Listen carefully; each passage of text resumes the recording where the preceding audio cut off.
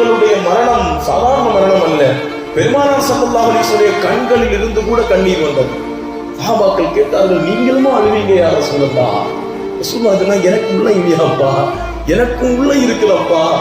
இப்ராஹிம், ரசூலுல்லாஹ்வுடைய அருமை மகனார் இப்ராஹிம் மரணிக்கக்கூடிய நேரத்தில், கை குழந்தையா இருக்கக்கூடிய இப்ராஹிம் மரணிக்கக்கூடிய நேரத்திலே ரசூல் ஸல்லல்லாஹு அலைஹி வஸல்லம் அவங்களை பார்த்து கண்கள் இருந்து ரசூலுல்லாஹ் கண்ணீர் வடித்தார்.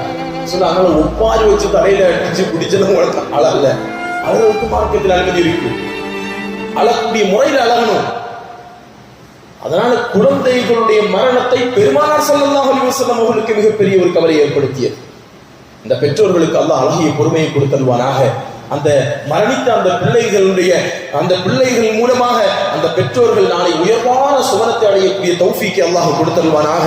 இது போன்று சிறு வயதினுடைய மரணங்களை விட்டு அல்லாஹ் நம் அனைவர்களையும் பாதுகாத்தல்வானாக. கண்ணியத்திற்குரியவர்களே,